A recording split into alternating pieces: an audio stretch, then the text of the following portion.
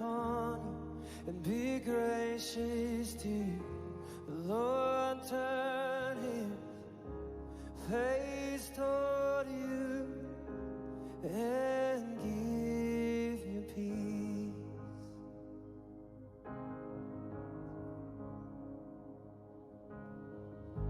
The Lord bless you and keep you, make his face shine upon you and be gracious to you. The Lord turn his face toward you and give you peace. You just sing amen. Yeah.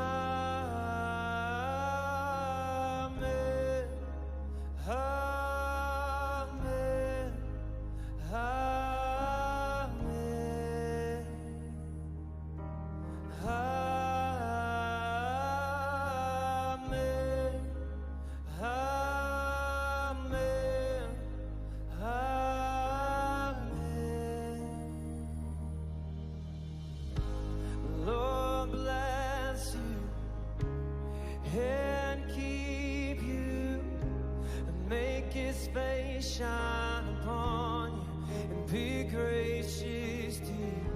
The Lord turn his face toward you and give you peace. Come on, every voice, we sing amen.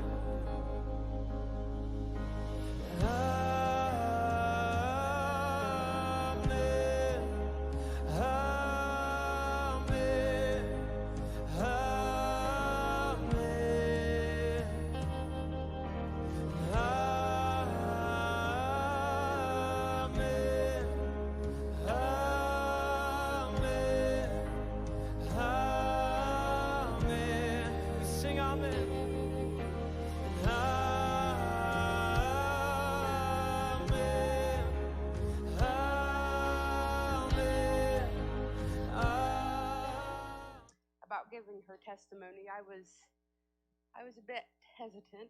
I knew there would be things that she wanted to share that would be hard for me to hear, things that would bring back feelings of guilt and shame and regret, memories that would be embarrassing for me as a mother, the one person that was supposed to protect her and love her at all costs. But this is not about me. It's about Natalie. And through her being brave enough to share it, we'll find healing. We'll find healing from a life that was full of fear and sorrow and struggle. As an addict, I developed a victim mentality, and I only ever thought about myself, never how my actions affected my children. And one of the hardest things when I was getting sober was laying in a jail cell and reliving what I'd done to my kids, things that they had to go through.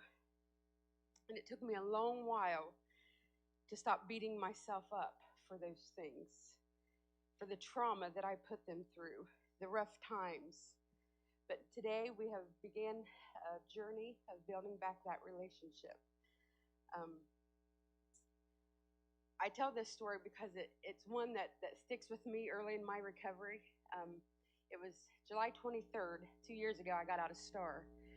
And fair was like the next week, following 2 weeks. And Natalie had did her still project on addiction. And she'd got first place, and she was going to get her award that night. And I'd only been home like 2 weeks. And I drove down to the fair, and you'll hear why my sister wasn't speaking to me at that time, but we still hadn't mended that relationship yet. And I went to my sister's camper door, and I knocked, and Natalie swung the door open, and she looked me dead in the eye. She goes, "What are you doing here?" And it was like a kick in the gut. It hurt so bad because I thought, Natalie, where else would I be?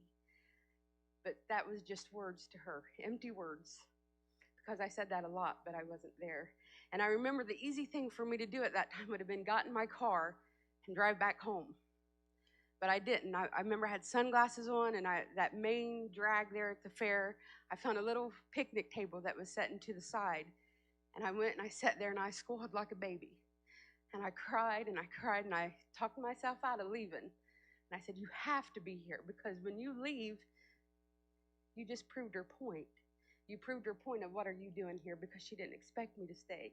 And I stayed. And that was one small victory early in my recovery for her to see that I didn't run away this time, that I was going to be there this time. And one scripture that stuck with me so much in my recovery is Exodus 14:14, and that's the Lord will fight for you. You need only to be still. And that's what my kids needed me to be. They needed me to be still. They needed me to be present. They needed me to listen. They needed my attention. They didn't want things. They didn't want me to take them places. They didn't want me to buy extravagant stuff. They just wanted me. They just wanted my presence. And that was what was most important to them. I remember when growing up, I'm one of 10 kids with stepkids, half brothers and sisters. There's 10 of us all together. We weren't all raised together, 6 of us in the same house. But I never wanted kids growing up. I was the 5th youngest out of the 6th, and I was a crybaby and a tattletale and lots of other things growing up. And so I didn't necessarily want kids, and I had that wild seed in me from very young. I became a bartender the week after I turned 21. So kids was never really on my radar. But when you grow up, you ask yourself things, like what is my purpose? What is this life about? Those are questions that we all ask ourselves as we're growing up. And I remember the second that I laid eyes on Natalie, I knew what my purpose was. There was never any doubt from the minute that I laid eyes on her that my purpose on this earth was to be her mother. When I found Vanguard, they were a little reluctant at first to come to church with me. They weren't real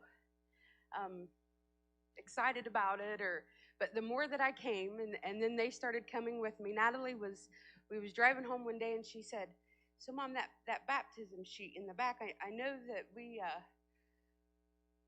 been baptized before, but would it be okay if I got baptized again?"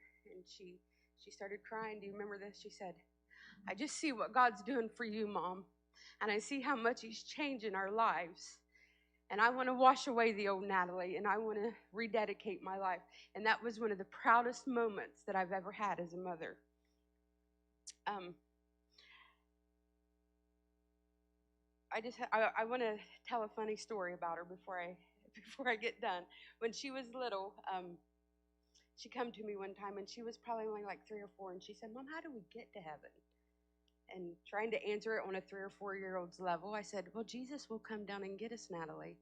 And that seemed to pacify her for a minute, and she went on playing, and she come back, and she goes, "Jesus is probably pretty strong if He can come and get you to heaven." And I always remember that, and you're right, Natalie. He is very, very strong, and He will get us both to heaven. In John 1, chapter 4, it says, "Whoever does not love does not know God, because God is love." And Natalie, when I think of you, I think of love. You love big. You're empathetic and you're compassionate. You're sometimes loud. You're forgiving. You're creative. And when you love the way you love, I see Jesus in you. A light on the hill, an overcomer, a living testament for what God has pulled us out of. I love you.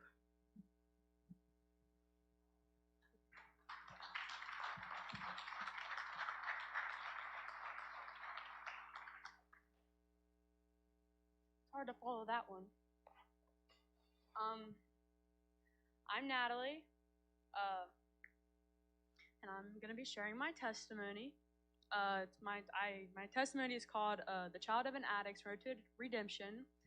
So I gave this last night to my family and my friends, and I was very, very nervous. I cried before when I was at home practicing in my room, and I was like, "How are you supposed to get up in front of all these people and get up here and tell your story, and you're crying to yourself, like in your room, in your mirror?" So I was like, "You'll be fine." I prayed, and I got here last night, and I was so nervous, I stood up here shaking. I don't know if you could see it, but my legs were like shaking. But once I got done, there was such like peace over me, and I really do feel like my story I have something to tell, and I hope you guys enjoy.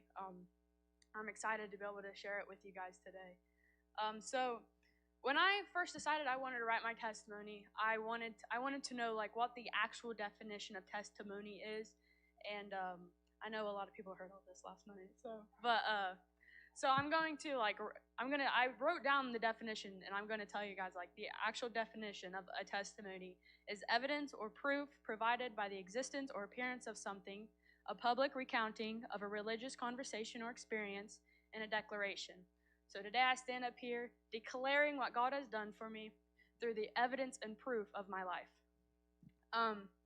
So I asked myself a few questions before writing my testimony that I wanted to answer when I was done. My questions were, I wrote 4 of them. What has God done for me? What did it take for me to gain my relationship with God? What was my life like without God? And how does God still continue to bless me every day? So the way I wrote my testimony, I wrote it in chapters because some people were like, just write down bullet points of like certain spots.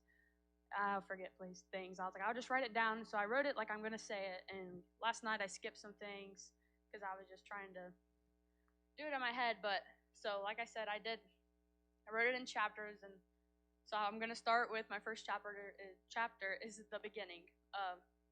Throughout my childhood, I was raised in the church. I went to church on Sundays. I had my own Bible. I was baptized, and I participated in church activities. The problem was that I didn't know God as my Father. I knew who He was and the things that He did, but I didn't have a relationship with Him, and I never did until I came here. When I was younger, I didn't have a bad life. Me, Mom, and Noah were very happy and content with our lives, but my mom had been doing drugs for the most part of it, but she was a very high-functioning addict. My dad is an alcoholic, and he was married to another woman the whole time he was with my mom. We was a secret, a little hidden family that no one could know about. Anytime we was with our dad, we had to sneak around because no one could know about us. Tired of sneaking around, my dad decided to move me, my mom, and my little brother to Greenfield, where no one knew us. So the next chapter is Greenfield. So moving to Greenfield was the worst decision of my family's lives. We had no idea the things the devil would steal from us, but we also had no idea the plans that God had for us. Just took a while. At first, we lived with my papa Cooper. He lived on the outskirts of town. And I don't really remember what it was like living there. I knew we lived there for like a couple months. It wasn't very long, but I know it wasn't a great time. I know it wasn't good. But the worst was yet to come. So my dad bought us a house in Greenfield, an old house, and we fixed it up. And so me, Mom, and Noah moved into it. And once we moved into the house in Greenfield, a lot of new people started coming around. And me and Noah was never used to seeing people in and out of our house. Never. No one ever came around. It was always just me, Mom, and Noah, Dad, 2, 3, 4 times a week. So a lot of people started coming around, and they weren't the good kind of people at all. You know, there was a lot of go upstairs and play with your brother until I tell you to come back down. Go outside. Don't come in until I tell you to. I'm serious. And one of the many people that was around was Scott Giffen, and you'll hear more about him later on.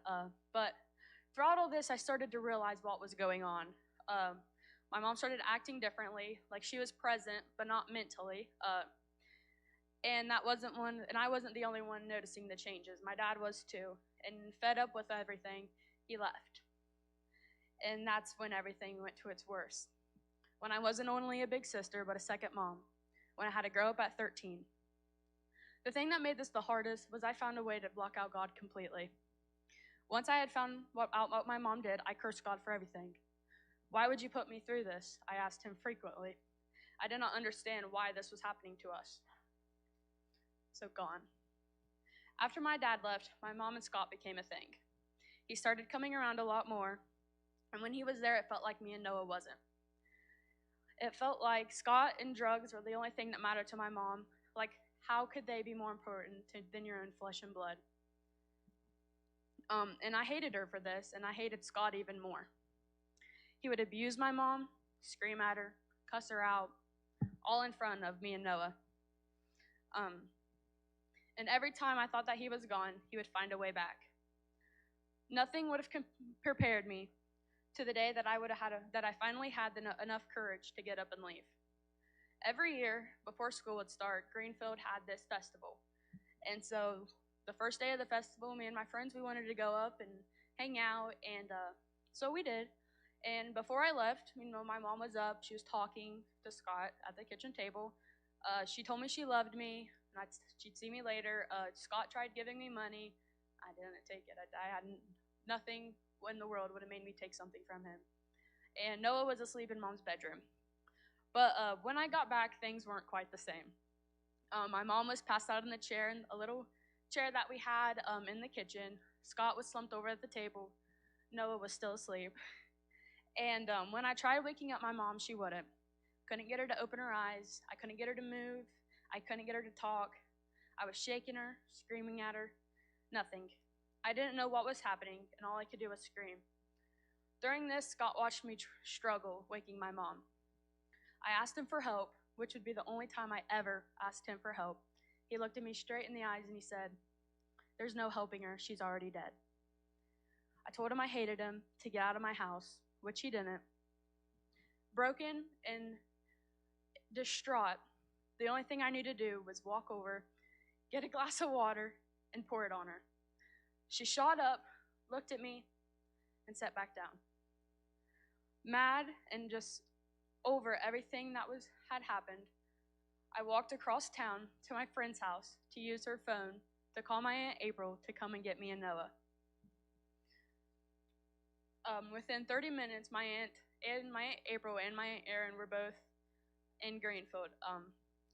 When I got back from walking across town to use my phone, Scott had smashed my phone I think 2 weeks before, so I didn't have a phone.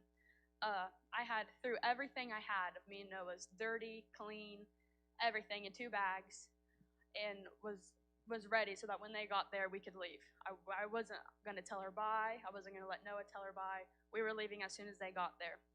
Well, my grandma Shirley had came and got me and Noah before the cops got there, and we went to my grandma Shirley's house, and my Aunt April and my Aunt Erin went to the courthouse to try to settle things with Mom, and we were at my grandma Shirley's house for probably about 2 hours, and we had no idea what was going on.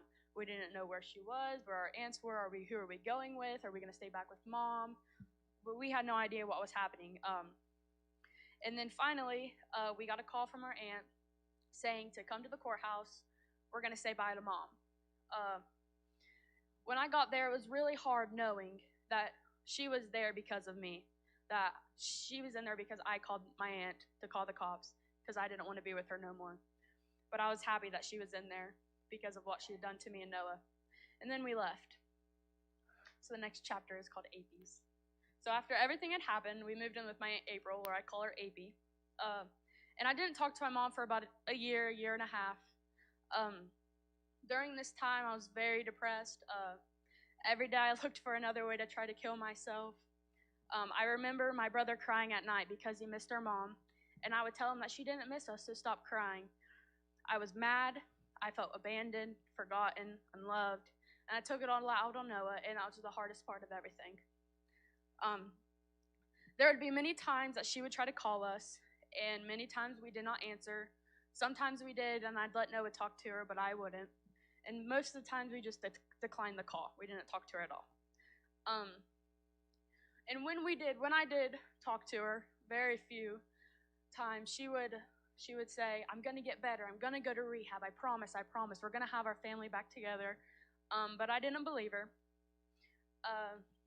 She did end up going to a rehab, but she decided that she wanted to come and surprise us during Christmas. It was the Christmas Eve. My family always has a big Christmas dinner, get together. So at the rehab she was allowed to leave. They'd let her leave for Christmas to come see our family. Well, Scott went and got her out of rehab and brought her down to surprise us. And a surprise it was. I was flooded with emotions. I didn't really know how to feel, knowing that she said she was going to be in rehab, and then now she's at her house. Why? But I was happy to see her. And then a couple days after Christmas, she disappeared again. We were told she did not check back into her rehab. We didn't know where she was at. And my aunt was scrolling on Facebook, and she saw a friend and who had texted her and was like, "Hey, I seen Amber down at the Piketon Motel right over here." So me and my aunt were gonna go look for her, and we were gonna go see what she was doing. So we drove down to the Piketon Motel, and my aunt found out what room she was in, and she knocked on the door. No answer, so she just walked in. So she was in there for about 5 minutes, and then she came out running and crying and something in her coat. She drove to the police station, was squalling, and I had no idea what was going on. And I was asking, "What's wrong? What's happening? Is she in there? What's going on?" She didn't say anything until she was on the phone with my Uncle Jared on her way back here. And she had told Jared, she was like, "Amber just tried to kill herself, and then she threatened to kill me. You need to get down to the Pike Motel right now, but no one's at the police station." That's pretty hard to hear. So I'm confused, and I crying and scared. We had pulled back in, and her room door was wide open. She wasn't in there. We had came down the road and looked, and she was walking down the boat ramp. Next thing I know, I'm jumping out of a moving car, sprinting to my mom, and I push her down to the ground, and I look at her, and I said, "What are you doing?" And she said, "I'm going to kill myself." And I said, "Do you not realize that you can't leave me and Noah? Me and Noah cannot not have a mom." She said, "You have AP, you have Ari, you have Memo. They'll take care of you." I said, "But they're not our mom." Trying to convince her not to walk down the boat ramp. It was really hard.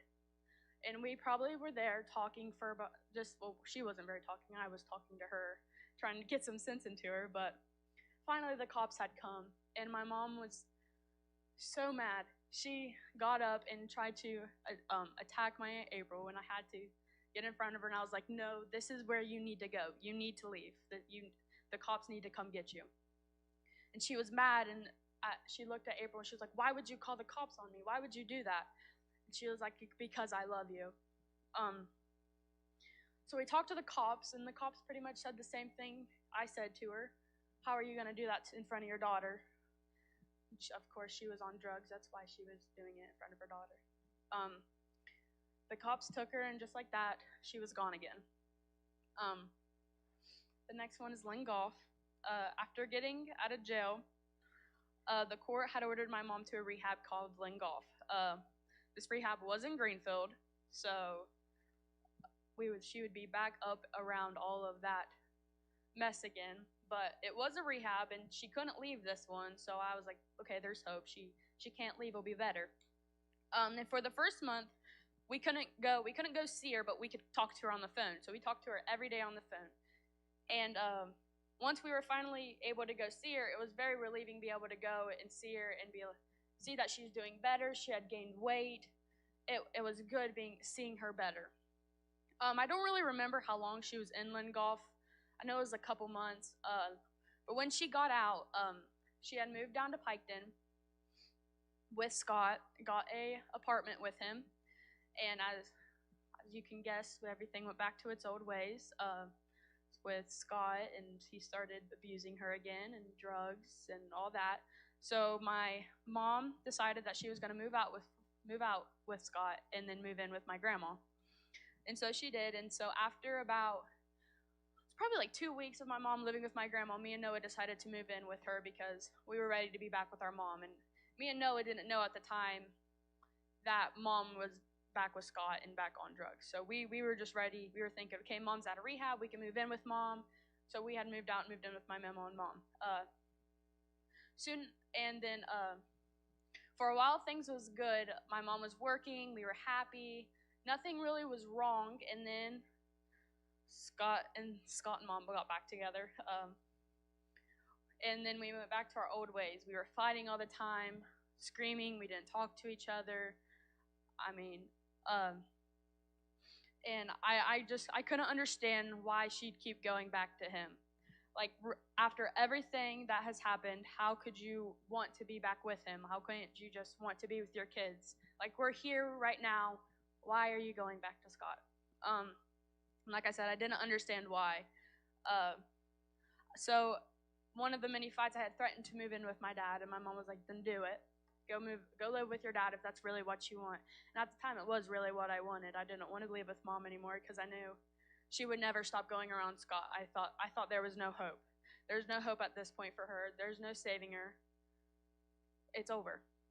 So then one day, me and Mama Noah, we had went to Walmart, I think for like cookies or something late at night.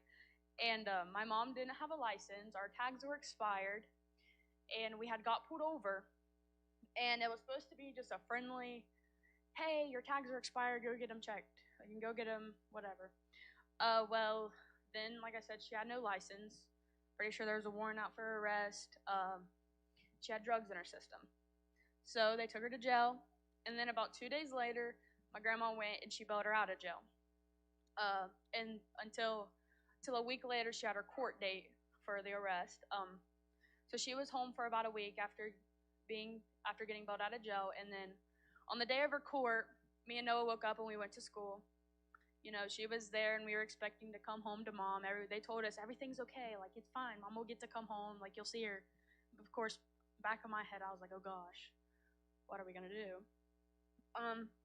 So she didn't come home. They told her she would either have 3 years in prison or she would go to Star. So she chose Star, and so that's where my next chapter starts, which is called Star Community Justice Center. So my mom was in Star for 98 days.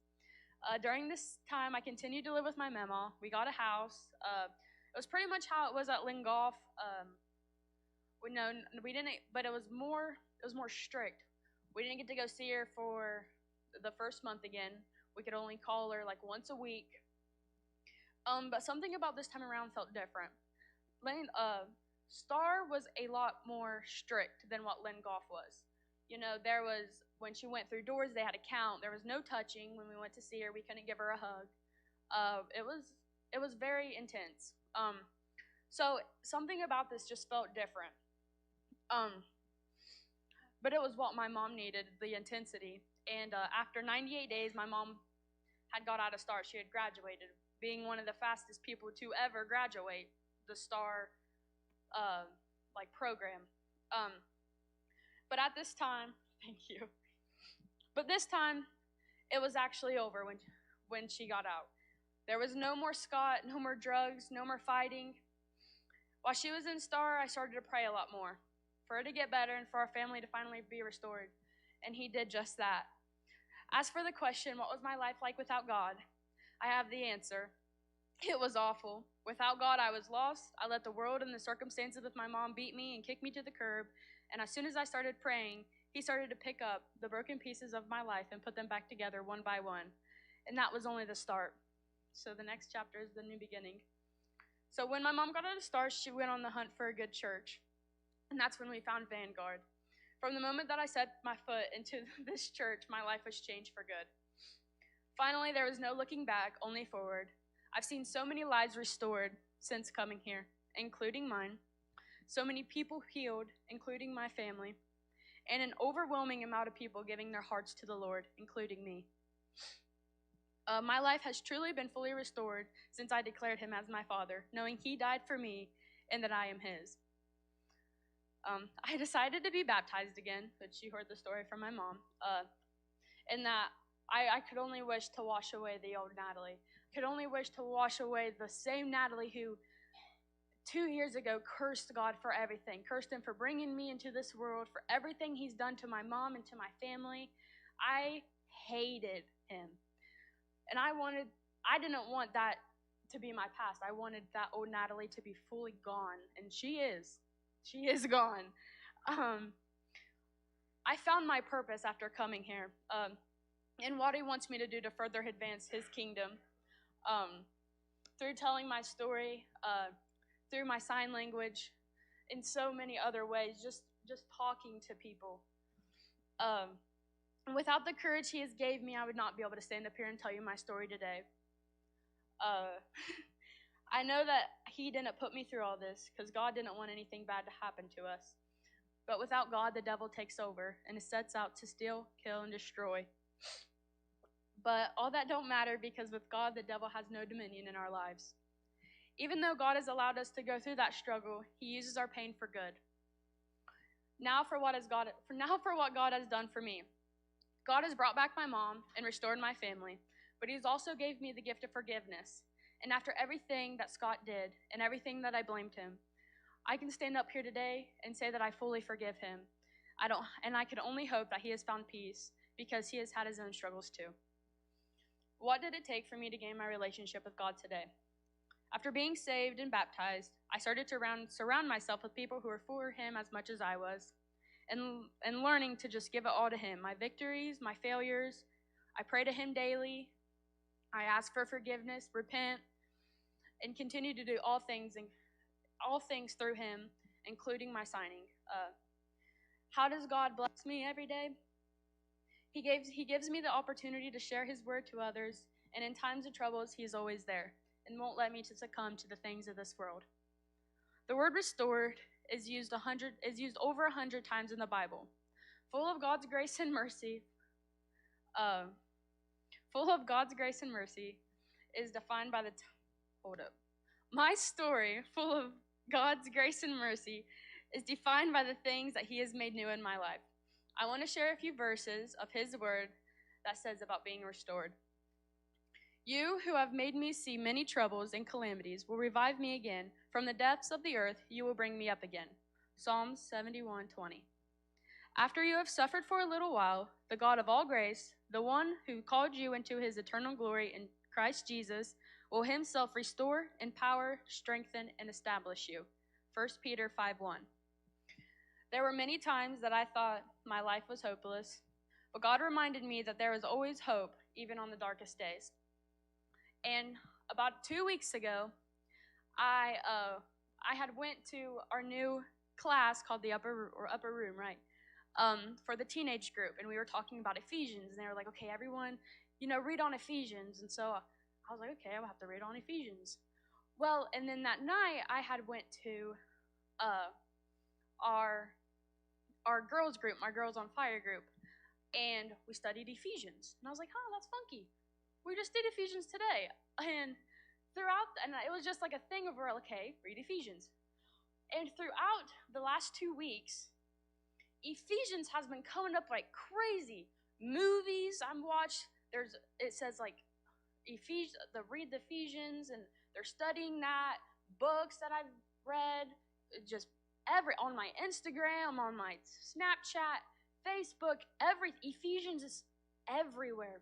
So I'm going to read a scripture from Ephesians. It's Ephesians 1:18-19, and it says, I pray that the eyes of your heart will have enough light to see what is the hope of God's call, what is the riches of God's glorious inheritance among believers, and what is the overwhelming greatness of God's power that is working among us believers.